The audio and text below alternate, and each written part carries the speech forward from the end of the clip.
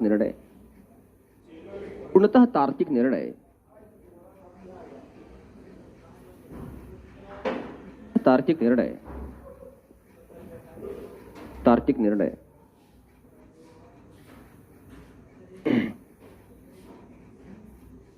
माने जा सकते हैं, माने जा सकते हैं।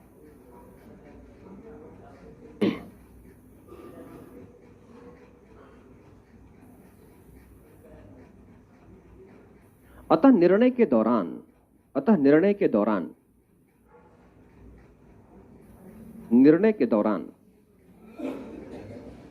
निर्णयकर्ता को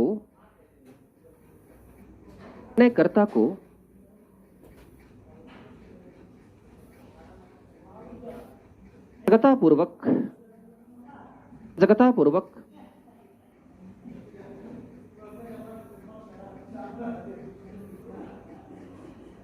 बुद्धि का प्रयोग करते हुए, अपनी बुद्धि का प्रयोग करते हुए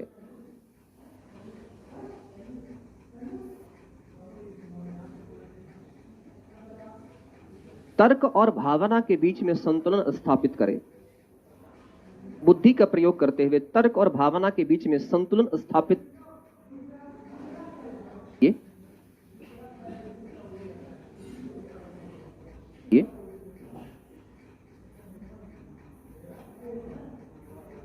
और इसी संतुलित निर्णय की स्थिति को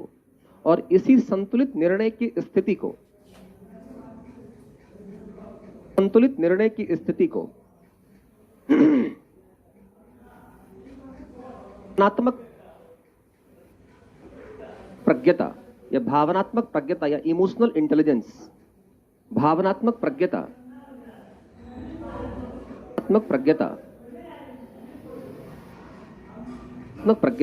कहा जाता है, भावनात्मक प्रज्ञता कहा जाता है। इस करेंगे अतः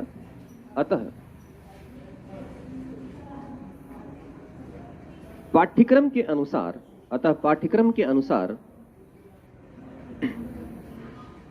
अनुसार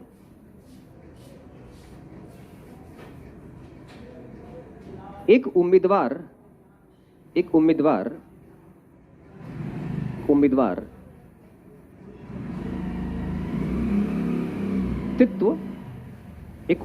का व्यक्तित्व भावनात्मक प्रज्ञता का प्रदर्शन करे।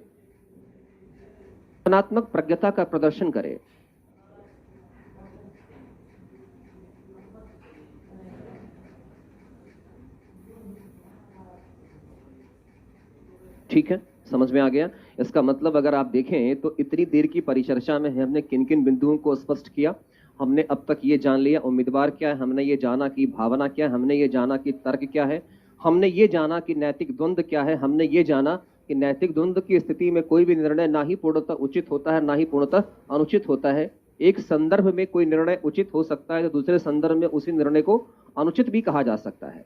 और इसी संदर्भ को आगे बढ़ाते हुए हमने ये देखा कि कोई भी निर्णय सही तभी माना जाएगा जब उस निर्णय को हम क्या करेंगे, तर्क और भावना के बीच में संतुलन प्रदान करेंगे। और संतुलन के लिए बुद्धि का प्रयोग करते हुए तर्क और भावना को संतुलन यदि प्रदान करते हैं तो इस प्रकार के निर्णय को कहा जाता है भावनात्मक प्रज्ञ निर्णय कहा जाता है, इमोशनली इंटेलिजेंट निर्णय कहा जाता है।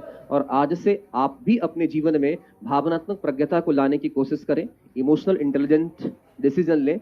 इससे कुछ होगा या ना होगा, लेकिन ये होगा कि आपका जीवन सुलभ हो जाएगा। जैसे मैं सरल शब्दों में आपको बताते चलूं कि जैसे कभी कभी क्या होता है कि हो सकता है लड़कों के संदर्भ में हम बता दें कि हो सकता है कि आपका विवाह हो जाए और आपकी पत्नी बाल कटवा के आ जाए किसी दिन, और बाल कटवा के आ जाए और उसके बाद आते के साथ सबसे पहला प्रश्न, दुनिया कुछ भी कहे, सबसे पहले वो आपसे प्रमाण पत्र लेगी और पूछेगी बताइए जी कैसे लग रहे हैं।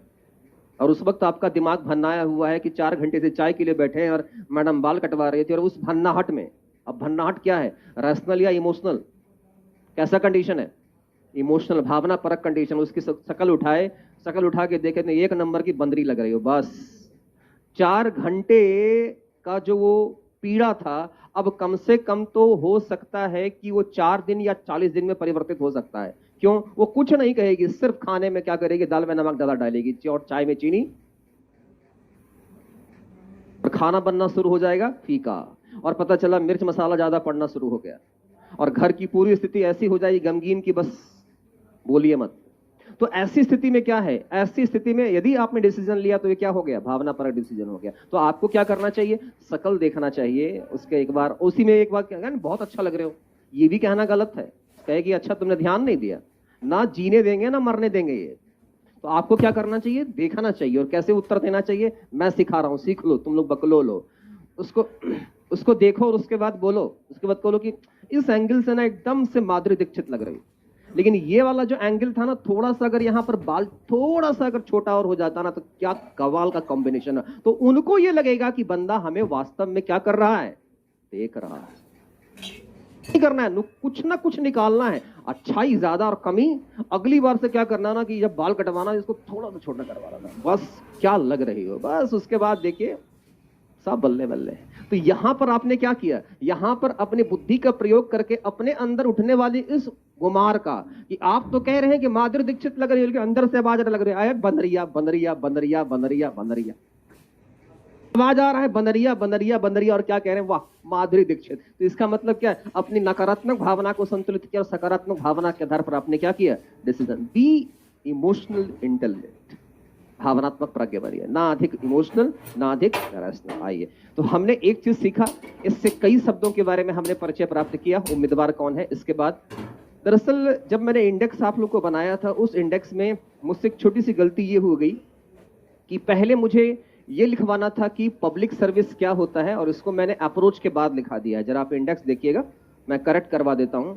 जब मैं आपको इंडेक्स बनवा रहा था तो उस इंडेक्स में मैंने क्या किया था कि मैंने अप्रोच के बाद लिखा दिया है पब्लिक सर्विस क्या है ना, है ना। दरअसल उम्मीदवार के बाद ही तुरंत जिस शब्द का प्रयोग किया गया वो शब्द दरअसल है पब्लिक लाइफ। तो कोई बात नहीं, हम इसको पहले पढ़ लेते हैं। हेडिंग डालिएगा, जीवन से आप क्या समझते हैं, जीवन से आप क्या समझते हैं।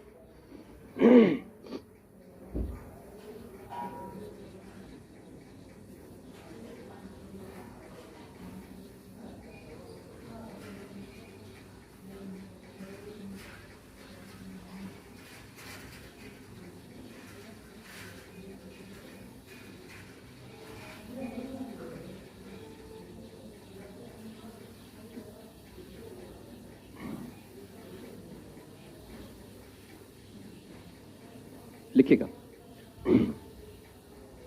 सार्वजनिक जीवन के तात्पर्य को समझने के लिए, सार्वजनिक जीवन के तात्पर्य को समझने के लिए,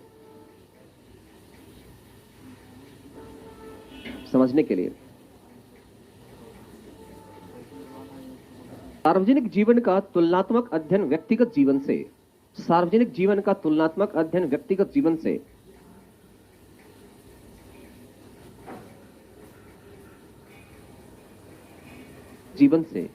करना अधिक प्रासंगिक होगा,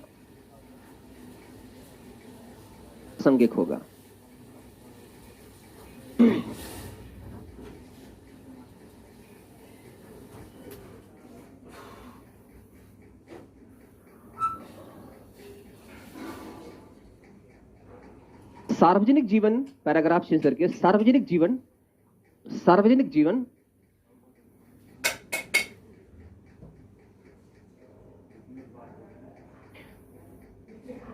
के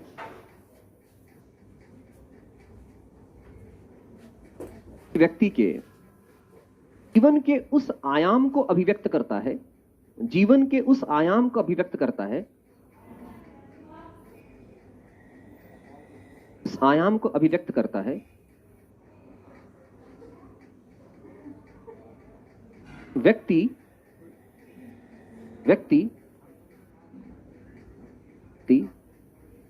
अपने व्यक्तिगत संबंधों से परे, जहां व्यक्ति अपने व्यक्तिगत संबंधों से परे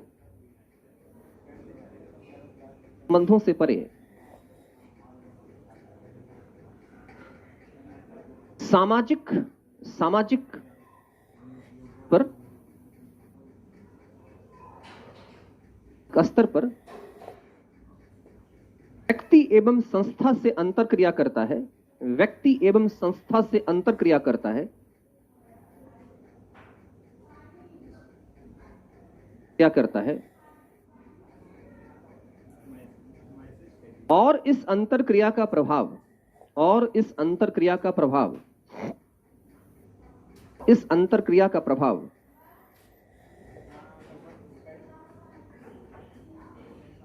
पड़ता है, अंतर क्रिया का प्रभाव समाज पर पड़ता है। से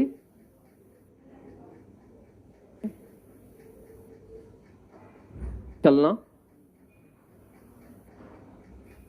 कॉलेज, कार्यालय इत्यादि, स्कूल, कॉलेज, कार्यालय इत्यादि।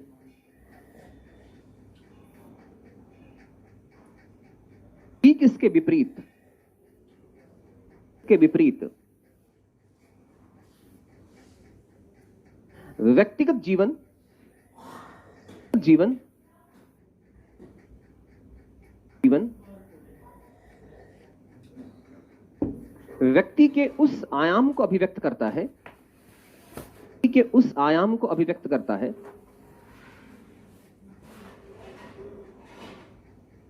उस आयाम को अभिव्यक्त करता है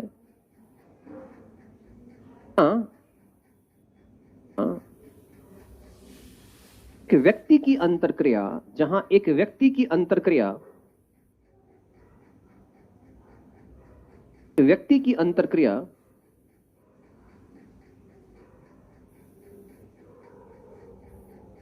रक्त संबंधों से, व्यक्ति की अंतरक्रिया अपने रक्त संबंधों से, ब्लड रिलेशंस, रक्त संबंधों से,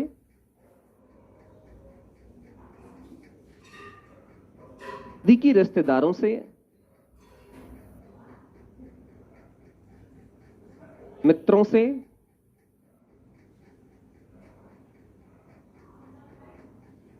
से होता है।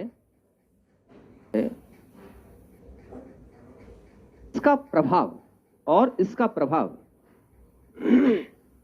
और इसका प्रभाव सार्वजनिक ना होकर, और इसका प्रभाव सार्वजनिक ना होकर जीवन पर ही होता है। प्रभाव सार्वजनिक ना होकर व्यक्तिगत जीवन पर पड़ता है।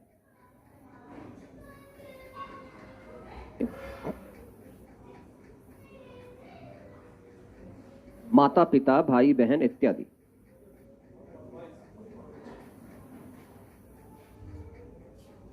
पिता, भाई बहन, भूमिका,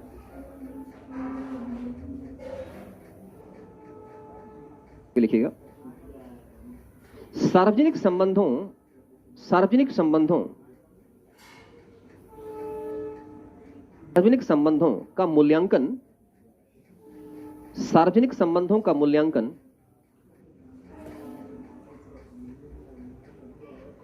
नियम, कानून और सामाजिक मानदंडों के आधार पर किया जाता है। कानून और मानदंडों के आधार पर किया जाता है।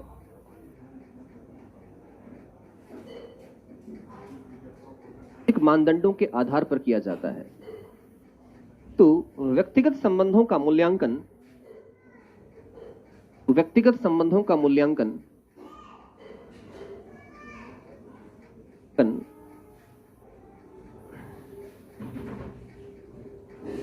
भावनाओं के आधार पर किया जाता है, के आधार पर किया जाता है।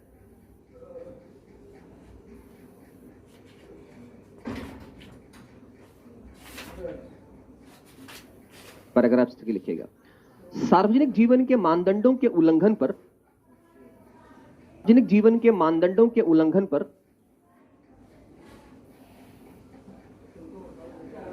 जीवन के मानदंडों के उल्लंघन पर व्यक्ति को दंड का भागीदार होना पड़ सकता है। व्यक्ति को दंड का भागीदार होना पड़ सकता है। दंड का भागीदार होना पड़ सकता है।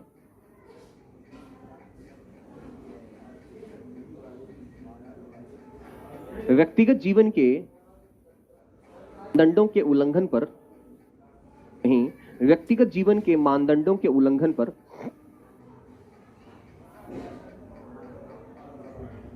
उनके मानदंडों के उल्लंघन पर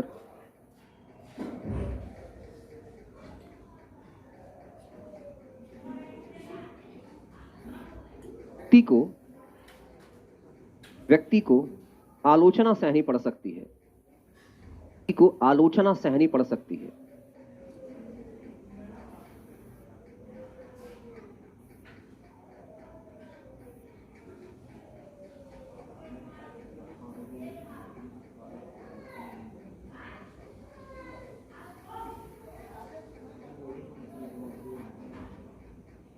लिखिएगा, सामान्यतः यह माना जाता है कि व्यक्तिगत जीवन और सार्वजनिक जीवन सामान्यतः यह माना जाता है कि व्यक्तिगत जीवन और सार्वजनिक जीवन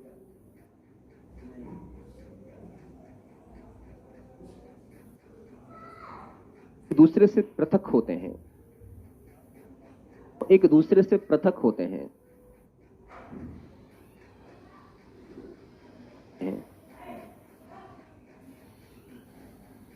परंतु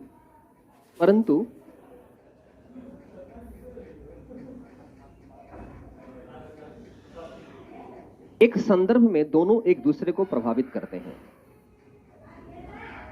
एक संदर्भ में दोनों एक दूसरे को प्रभावित करते हैं।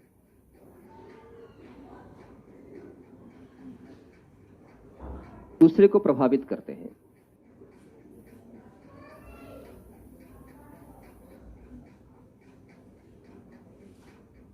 व्यक्तिगत जीवन का प्रभाव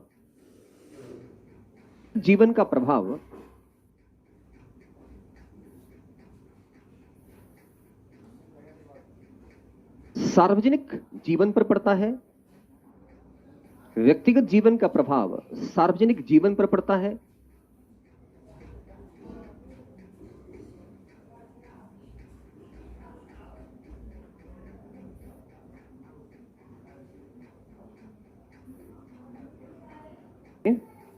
जैसे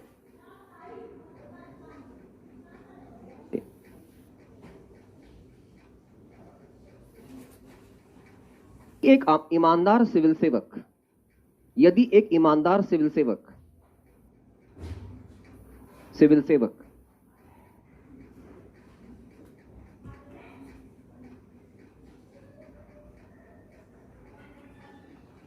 एक कलह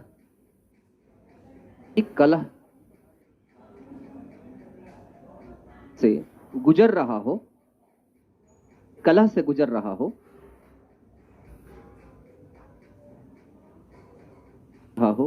या परिवार में कोई बीमार हो,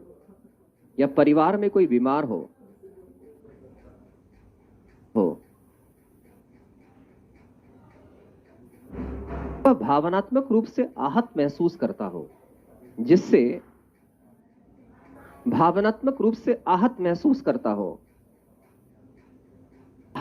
करता हो,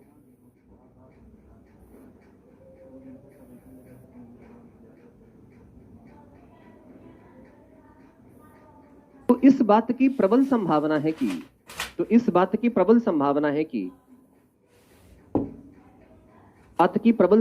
है कि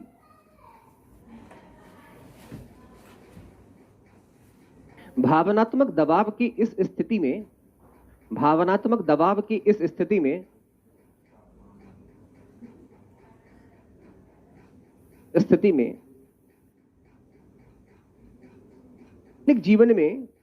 सार्वजनिक जीवन में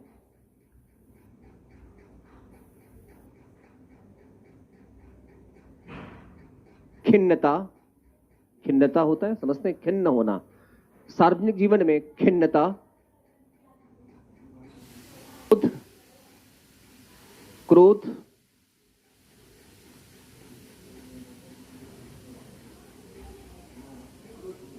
इत्यादि की भावना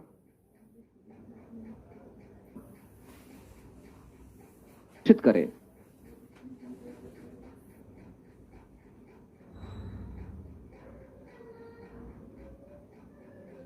इसी प्रकार यदि कार्यालय स्तर पर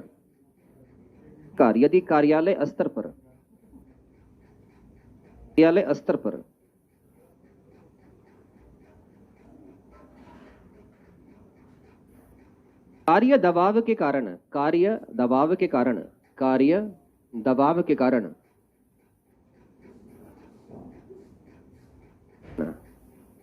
कोई सिविल सेवक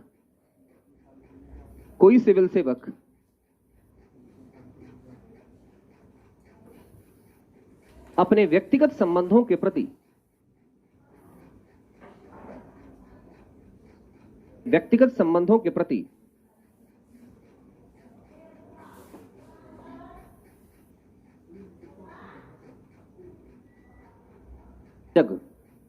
कम सजग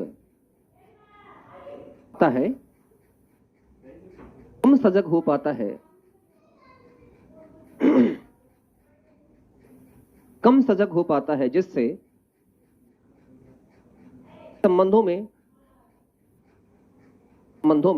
खटास उत्पन्न हो सकती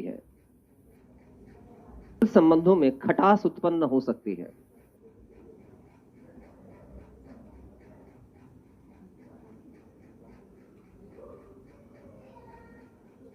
सिलेबस खोलिएगा।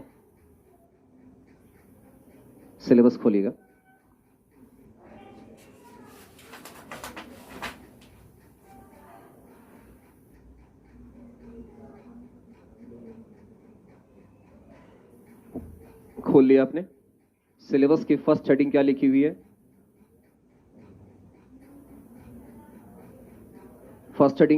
है? नैतिकता और मानवीय। अच्छा बोले ना तो मेरे कान में आवाज आती है। बार बार रिपीट करने का मतलब होता है कुछ लोग नहीं बोल रहे हैं और सच बता रहे हैं। अगर आप नहीं बोलेंगे तो प्यार से हम उठा देंगे आपको। मैं बार बार रिपीट करता हूं, इसका मतलब कई लोगों को मैं मौका दे रहा हूं तो चुप मत रहिए, बोलिए। स्टडिंग क्या है? इंग्लिश में क्या बोलते हैं? Ethics and human interface. ठीक है। अब मैं क्यों बुलवाता हूं कि एक समय के बाद कभी मैं कहूं कि एथिक्स का सबसे पहला टॉपिक, तो क्या बोलोगे? बात समझ में आ रहा है कि नहीं आ रहा है? आप अक्सर अपने शिक्षकों से पूछते हैं कि सर ये बताइए कोई टॉपिक को कोरिलेट कैसे करें। आपका सिलेबस आपके ब्रेन में होगा, उस सिलेबस की आइडिया अगर आपके पास होगा, तभी तो आप क्या कर पाएंगे, आप सही तरीके से कोरिलेट कर पाएंगे। तो मैं यही समझाना चाह रहा हूं बार बार रिपीट करके कि धीरे धीरे इससे हम जब गो थ्रू होंगे तो हमारा सिलेबस हमारे मस्तिष्क में होगा। सबसे पहला हमारा सिलेबस है एथिक्स एंड ह्यूमन इंटरफेस। इसमें देखिए उस मेन पॉइंट का सब पॉइंट क्या है। देखिए लिखा हुआ होगा सार तत्व, एसेंस ऑफ एथिक्स लिखा है। फिर देखिए लिखा होगा नैतिकता के निर्धारक तत्व एवं उसके परिणाम। और मैंने कहा था आप सबको कि अगर हिंदी का सिलेबस आपके पास हार्ड कॉपी में है तो अपने मोबाइल में आप इंग्लिश मीडियम का भी सिलेबस क्या करिए, डाउनलोड कर लीजिएगा। अगर है तो खोल लीजिएगा। तो मेरी बात समझिए, क्योंकि दोनों को हम लेकर चलेंगे। तो इसे कहते हैं ends and consequences of ethics. उसके बाद देखिए अगला टॉपिक क्या है, पढ़िए। नीति शास्त्र के विभिन्न आयाम, डायमेंशन ऑफ एथिक्स। उसके बाद पढ़िए क्या लिखा हुआ है, निजी जीवन और सार्वजनिक जीवन में नीति शास्त्र। तो निजी जीवन और सार्वजनिक जीवन में, अब यहीं पर इस टॉपिक का मैंने 20% पोर्शन पढ़ा दिया है आपको कि निजी जीवन क्या है और सार्वजनिक जीवन क्या है। अगर आप संपूर्ण सिलेबस से अगर आप जब यात्रा करेंगे तो आपको मालूम चलेगा हर यात्रा के पड़ाव पर सबसे बड़ा द्वंद्व जीवन में एक ही है, व्यक्तिगत संबंध और सार्वजनिक जीवन। हर का सबसे बड़ा द्वंद्व यही है। एक द्वंद्व हमने पढ़ा था उचित और उचित के बीच, और प्रत्येक व्यक्ति के जीवन का जो सबसे बड़ा अपने आप में एक द्वंद्व और है, वह क्या है, व्यक्तिगत हित और सार्वजनिक हित।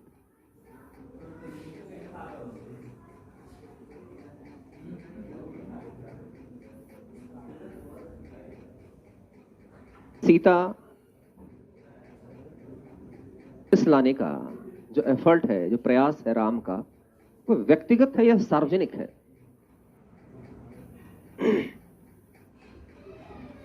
बताइए, राम ने जो युद्ध किया है, राम का युद्ध व्यक्तिगत है या सार्वजनिक है?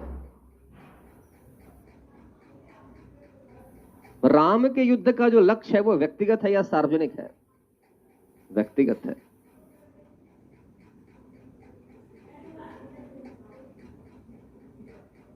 यही सब गलतफहमी पाल के रखते हैं लोग। राम का युद्ध अगर माता सीता को रावण ने अपहरण नहीं किया हुआ होता तो राम बिल्कुल ही रावण के साथ युद्ध नहीं लड़ते। रावण के साथ युद्ध का एकमात्र प्रयोजन है कि माता सीता का अपहरण किसने कर लिया है? रावण ने। और राम का युद्ध रावण के साथ पूर्णतः व्यक्तिगत है। ये अलग बात है कि उसका प्रभाव कैसा है। अभी मैंने क्या सिखाया था कि व्यक्तिगत जीवन कहां प्रभाव छोड़ सकता है? सार्वजनिक जीवन पर। वह व्यक्तिगत हितों के कारण युद्ध करने जाते हैं, लेकिन उस व्यक्तिगत कार्य का, व्यक्तिगत प्रयास का प्रभाव सार्वजनिक भी है कि रावण जैसा दुराचारी की अगर हत्या होती है तो समाज में धर्म की स्थापना होती है। अब फिर बताइए, महाभारत का जो युद्ध है वो सार्वजनिक है कि व्यक्तिगत है? व्यक्तिगत है। दो परिवारों के बीच का, एक परिवार के दो भाइयों के बीच का जंग है। सामाजिक स्थिति के लिए किसी भी प्रकार से सुर और असुर के बीच युद्ध नहीं है। इस व्यक्तिगत युद्ध का परिणाम क्या देख रहे हैं? किस पे पड़ रहा है? समाज पर। क्या समाज पर पड़ रहा है? कि दुर्योधन जैसा दुराचारी और अत्याचारी यदि समाज में जीत जाता है तो समाज में जनता का शोषण होगा। तो इस व्यक्तिगत युद्ध से प्रभाव किस पे पड़ रहा है?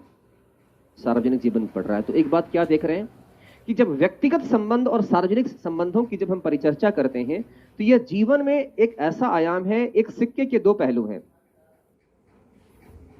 एक दूसरे से पृथक कर पाना बहुत ही मुश्किल है। व्यक्ति के जीवन को हमेशा दो आयाम में बांट कर चला जाएगा। और पूरे पेपर 4 की यात्रा में आप देखिएगा कि हर पड़ाव पर आपको जो सबसे बड़ा कॉन्फ्लिक्ट देखने को मिलेगा, सबसे बड़ा संघर्ष देखने को मिलेगा, और वो संघर्ष मिलेगा व्यक्तिगत हित और सार्वजनिक हित के बीच द्वंद्व। सार्वजनिक जीवन क्या है? सार्वजनिक जीवन है कि जब व्यक्ति अपने व्यक्तिगत जीवन से परे सामाजिक स्तर पर किसी व्यक्ति या संस्था के साथ अंतरक्रिया करता है, इंटरेक्शन करता है, और उसका प्रभाव समाज पर पड़ता है, तो उसे कहते हैं हम सार्वजनिक जीवन कहते हैं। कक्षा में बैठे व्यक्तिगत या सार्वजनिक? बताइए, व्यक्तिगत या सार्वजनिक? हाँ, सार्वजनिक। सड़क पर चल रहे हैं, क्या है? लेकिन ठीक इसके विपरीत जब मानवीय अंतरक्रिया रक्त संबंधों के साथ, भावनात्मक संबंधों के साथ, निजी रिश्तेदारों के साथ, करीबी रिश्तेदारों के साथ जब यह अंतरक्रिया होती है तो उसे क्या कहा जाता है? उसे व्यक्तिगत संबंध कहा जाएगा या सार्वजनिक संबंध कहा जाएगा? व्यक्तिगत संबंध। माता पिता, भाई बहन, सखा सहेली, प्रेमी प्रेमिका, तो ये सारे संबंध क्या हैं? आपके व्यक्तिगत हैं। सार्वजनिक संबंधों का जो संचालन होता है, सार्वजनिक जीवन का जो संचालन होता है, नियम कानून और मानदंडों पर होता है। इस कक्षा में बैठे हैं, इस कक्षा में आपके एक एक व्यवहार भावना से संचालित है या नियम से? किसी का मन अभी कर रहा होगा पैर उठाकर कैसे बैठे, नहीं? किसी का मन कर रहा होगा ऐसे बैठे। लेकिन कोई व्यक्ति अगर बैठे बैठे ऐसे हो जाता है, इसका मतलब भावना उस पर हावी हो गई। इसका मतलब आप सबका व्यवहार एक समान रूप से जो दृष्टिगोचर हो रहा है, इस दृष्टिगोचर सार्वभौमिक व्यवहार के पीछे नियम और मानदंड है। क्योंकि सार्वजनिक जीवन में व्यक्ति का जो संचालन होता है वो संचालन मानदंडों के आधार पर होता है, नियमों के आधार पर होता है, कानून के आधार पर होता है। ठीक इसके विपरीत व्यक्तिगत जीवन में जो संबंधों का मूल्यांकन और संचालन होता है वो किसके आधार पर होता है? भावनाओं के आधार पर होता है। घर में कोई भी अपने आप में अनुशासन संबंधी या नियम संबंधी कोई चार्ट नहीं बना होता है कि सुबह सुबह पिताजी को उठ करके चाय मम्मी बनाएगी, शाम को चाय बनाएंगे आप। ऐसा कुछ थोड़ी होता है। ऐसा थोड़ी है कि जब पिताजी आपके ऑफिस से आएंगे तो ये नियम थोड़ी बंधा हुआ है कि दीदी ही पानी देगी। भाई वहां पर जो सामने होगा वो पानी देगा। किसी आगंतुक के आने पर नहीं है कि घर में फिक्स है कि छोटा भाई अगर पढ़ रहा हो उसी को पानी देना, ऐसा नहीं होता है। पारिवारिक स्तर पर जो संबंध होते हैं, जो आचार व्यवहार होते हैं, दरअसल वो क्या होते हैं? एक दूसरे के भावनाओं से जुड़े होते हैं और भावनात्मक स्तर पर संबंधों का संचालन होता है। वहां पर नियम हावी नहीं होते। इसका मतलब है कि व्यक्तिगत संबंध और सार्वजनिक संबंध दोनों एक दूसरे से क्या है? परे हैं। लेकिन सबसे महत्वपूर्ण बात जो मैं समझाने का प्रयास कर रहा हूं, एक चीज और छूट रहा है कि जब हम व्यक्तिगत संबंध में आते हैं तो व्यक्तिगत संबंध में यदि मानदंडों का उल्लंघन करते हैं तो आपकी भर्त्सना हो सकती है, आपकी आलोचना हो सकती है, आपकी भर्त्सना और आलोचना की जा सकती है। आपने अपने छोटे भाई को पीट दिया, बड़ा बदतमीज हो या? अपने अपने घर में आए संबंधियों या सगे संबंधियों को अपने अगर प्रणाम नहीं किया, अगर आदर सम्मान नहीं किया, तो माना जाएगा कि आप बड़े ही व्यक्ति हैं, चरित्र अच्छा नहीं है, यही कहा जा सकता है। लेकिन यदि आप सार्वजनिक जीवन में हैं और आपने प्रोटोकॉल का फॉलो नहीं किया और प्रधानमंत्री नरेंद्र मोदी आए और एक आईएएस के रूप में, अगर आईपीएस के रूप में आपने सैल्यूट अगर नहीं किया, तो आप पर क्या किया जाएगा? एक्शन लिया जाएगा कि आपने प्रोटोकॉल को फॉलो नहीं किया है। जरा देखिएगा, दोनों जगह सम्मान की बात है। एक जगह सम्मान करने की बाध्यता नहीं है, मगर अगर नहीं करते हैं तो आपकी आलोचना होगी। लेकिन प्रधानमंत्री नरेंद्र मोदी आ गए या आपका उच्च अधिकारी आ गया और आपने सैल्यूट नहीं किया एक आईपीएस के रूप में, तो प्रोटोकॉल फॉलो हो जाएगा और माना जाएगा कि आपने नियमों के विरुद्ध कार्य किया है। दंड भी दिया जा सकता है, सस्पेंड किया जा सकता है। इसका मतलब क्या निकल कर आया कि सार्वजनिक जीवन के मानदंडों के उल्लंघन से आपको दंड का भागीदार होना पड़ सकता है। व्यक्तिगत जीवन के संबंधों से दंड नहीं, बल्कि क्या होता है? शिकार होना पड़ सकता है। दूसरी चीज, सार्वजनिक जीवन और व्यक्तिगत जीवन दोनों परस्पर एक दूसरे के साथ जुड़ा होता है। देखने में दोनों अलग लगते हैं, लेकिन दोनों परस्पर जुड़े हुए हैं। कैसे जुड़े हुए हैं? यदि पप्पू अगर अपने बाथरूम में बैठकर सिगरेट पी रहा है, कैसा जीवन? बाथरूम कैसा जीवन है? पूर्ण व्यक्तिगत। तुम कैसा है भाई? पूर्ण व्यक्तिगत, सामाजिक बिल्कुल नहीं। तो बाथरूम में यदि बैठकर सिगरेट पी रहा है, व्यक्तिगत जीवन है उसका, पिए, क्या फर्क पड़ता है? लेकिन उस सिगरेट की खुशबू वेंटिलेटर से निकलकर शर्मा जी के वेंटिलेटर से प्रवेश करते हुए उनके उस पूजा कक्ष में प्रवेश कर रहा है, जहां पर शर्मा जी बैठ करके जय हनुमान ज्ञान गुण सागर कर रहे हैं, और उन्होंने सुगंधित अगरबत्ती, साइकिल छाप अगरबत्ती जलाकर भगवान की आराधना करने की सोची थी, और उन्होंने भी जलाई थी कि एक तरफ साइकिल छाप अगरबत्ती की खुशबू आ रही है और दूसरी तरफ क्या हो रहा है? पप्पू के द्वारा धूम्रपान किए गए उस धूम्र की खुशबू उन तक पहुंच रही है, और शर्मा जी व्याकुल हो रहे हैं। ये कौन का वक्त सिगरेट पी रहा है? एक बात जरा बताइएगा, यहां पर पप्पू की यह क्रिया जो व्यक्तिगत रूप में संचालित की जा रही थी, इसका प्रभाव व्यक्तिगत रह गया, सार्वजनिक। ऐसी क्रिया, व्यक्तिगत जीवन की क्रिया सार्वजनिक जीवन में परिवर्तित हो जाती है। अब जब कोई व्यक्तिगत जीवन की क्रिया, व्यक्तिगत जीवन का कोई भी ऐसा एक्शन अगर वह सार्वजनिक जीवन को प्रभावित करने लग जाए, तो वो व्यक्तिगत रहता है। इस बात को याद रखिएगा। किसी बड़े थिंकर ने कहा है कि एक लोकतंत्र के अंतर्गत किसी भी व्यक्ति का जीवन कुछ भी व्यक्तिगत नहीं होता, सब कुछ सार्वजनिक है, सार्वजनिक है। देखेंगे तो लोकतंत्र, डेमोक्रेसी भले ही जनता का शासन है, लेकिन इनडायरेक्टली डेमोक्रेसी आपके हर चीज पर नियंत्रण रखता है, तब नियंत्रण रख रही है। तो व्यक्तिगत संबंधों का प्रभाव, व्यक्तिगत जीवन का प्रभाव जब सार्वजनिक जीवन पर पड़ने लग जाए, तो वह व्यक्तिगत जीवन नहीं रह जाता, बल्कि कौन सा जीवन बन जाता है? सार्वजनिक जीवन बन